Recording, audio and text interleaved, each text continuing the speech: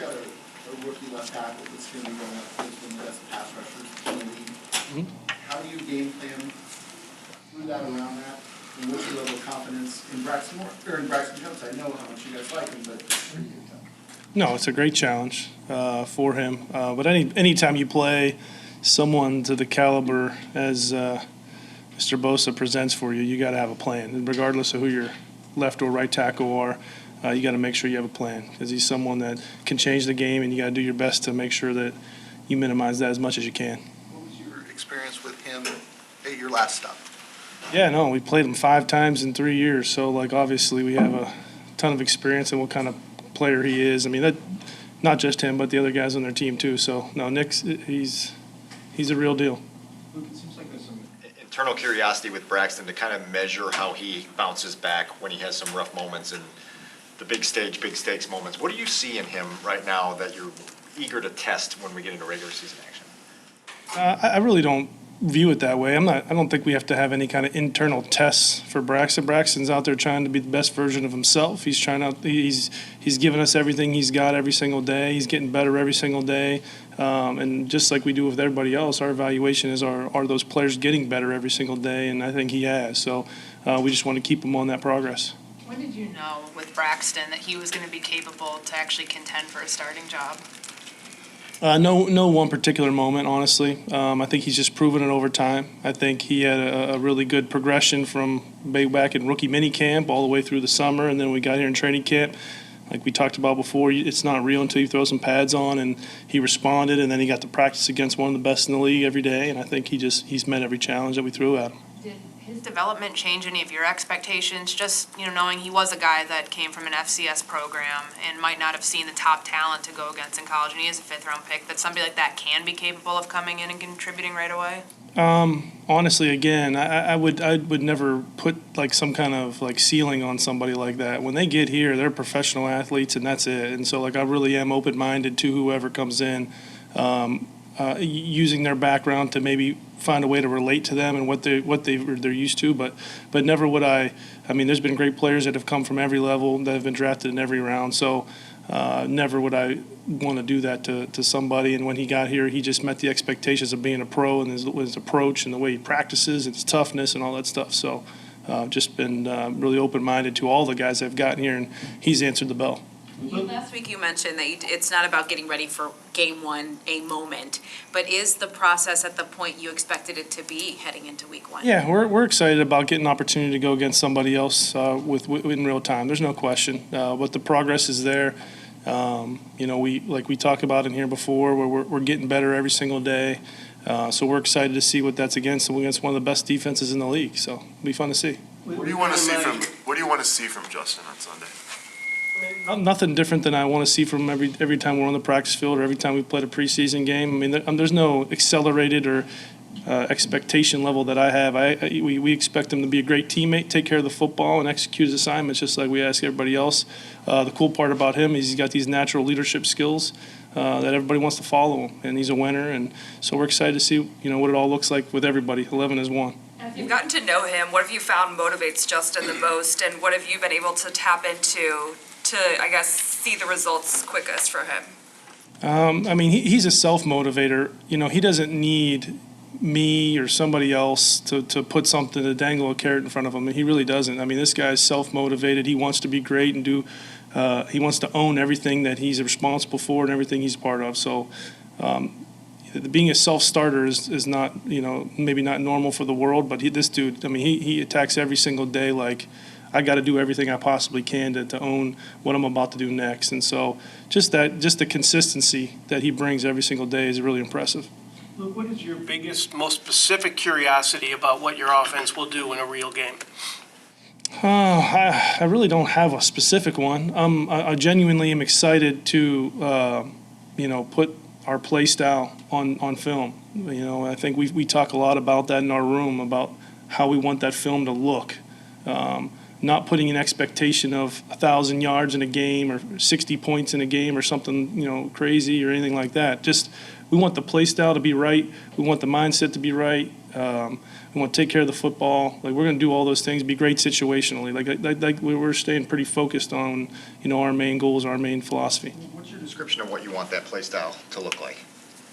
Well, I think when you put the tape on, I think you want to see guys that are firing off the football, that are finishing, playing the play longer than everybody else, and then we're taking care of the football. Like, we sit on those three principles pretty much every single day. We hit on those, and we're about those three things. So if we can see those three things, we feel like we got a chance. What are you trying to figure out with Lucas Patrick this week? He's obviously full of practice again and has a role here at some point. Yeah, no, I think that's it. That's it. Just seeing where he's at with, not practicing for quite some time. They're figuring out how they want to handle his hand and stuff like that. So we're just figuring all that out, and he's getting more and more reps every single day. So we'll see. We still got a couple more days to kind of figure out exactly where he's at. Do you feel like you have an advantage as we sit here today because nobody's seen your offense, and does that dwindle once they do on Sunday? I think eventually as the season goes along, that's natural. That's why defenses sometimes, as the season goes along, defenses get better, because you throw tendencies out there. I think that it's more importantly about how you execute as opposed to what the other people are expecting you to do. We know we're playing. We have a really good challenge ahead of us, right? That's the coolest part about it is that we get to go put this out against one of the best in the business. So we're excited for that challenge. As a play caller, what third down distance do you feel you have the advantage? Obviously, if you're going to be in third down, you'd rather be 1 than 10. But at what point do you feel like, as a play caller, you got the wind at your back? If you just look at the statistics, right? The number one team in the NFL is less than 50% almost every year. The COVID year was crazy, and then last year I think there was one team that was over 50%. And so you have to have that in perspective, and that's part of, our job, or the players, we get them to believe we're going to convert every single time, right? But we got to have that understanding that that's not realistic when you're calling plays. So then you look at statistically, right? You get 3rd and 1s, your percentages are high. 3rd and 2 to 3s, your percentages are a little bit better, and then you go from 4 and above, and it just starts to dwindle down, right? And so obviously the shorter the distance, you're good, and where that hits, I think every team is different in the way that they approach you. So some teams, they have a specific mark where they want to pressure you more. Some teams, when you hit a specific mark, they don't want to play man coverage anymore. And then some teams, they want to play soft coverage. So I think it's more about dialing into the defense, and as you watch film, you're trying to figure out where that play caller's tendencies lie. So there's not a number 5, 4. No, there's really not. It really isn't. I think it's just about getting as close to 1 or less as you can and avoiding third down. To be honest with you, if you can win 1st and 2nd down, you have a much better chance of success. There's no question about it. 3rd down, red zone is really hard in this league. Defenses are just really good, and so you got to avoid them at all costs. And then you got to get the distance as low as possible. But to sit here and say there's a specific mark, no, I don't think of it that way. What's your assessment of what Sam Mustipher has shown you from day one of training camp when he's working as with the right guards and backups to where he's at today, where you could feel comfortable with him starting at center? Well, no, I think the coolest part about Sam is what he brings to the table. Let's just take away the football part of it, like just the mindset that he brings to work every single day, the work ethic he brings, the example, the leadership that he brings every day. And then you match that with he's a high football IQ guy.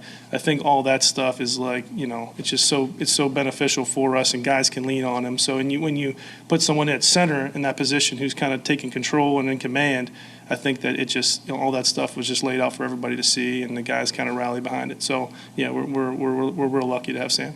With Lucas, Coach Eberflus said he wouldn't rule out potentially playing him at guard because he does have experience there. But if he's not starting at center, will he start at a guard spot or will he be a backup? Yeah, we're still in the middle of that. To be totally honest, we're trying to figure out exactly what Lucas can do, what he can't do. So we're still in that phase. Like I said, we got a couple more days to figure out exactly where we want to go with it. We feel good. We feel pretty lucky to be able to have the depth that we have with the guys that we have now, where we were back in April to where we're at now. So we don't feel like we have any reason to just jump into something right this second. We'll keep figuring that out.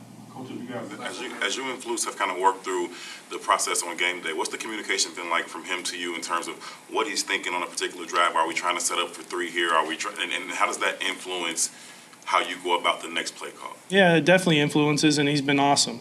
I think that's the cool part about him taking the reins of being a head coach rather than being a play caller on defense. He's able to manage the whole game, and so that part of it, he's been awesome.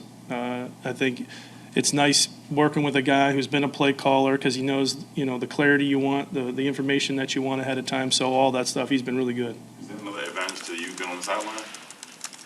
Well, no, I mean it's all in your earpiece, so it's not like I'm seeing him or we're face to face. So he's just in his ear, and he makes his we have our communication, we have our our terms that we use with each other to put ourselves in certain mindsets, and so but he's just been great with being on time and being clear and concise. So.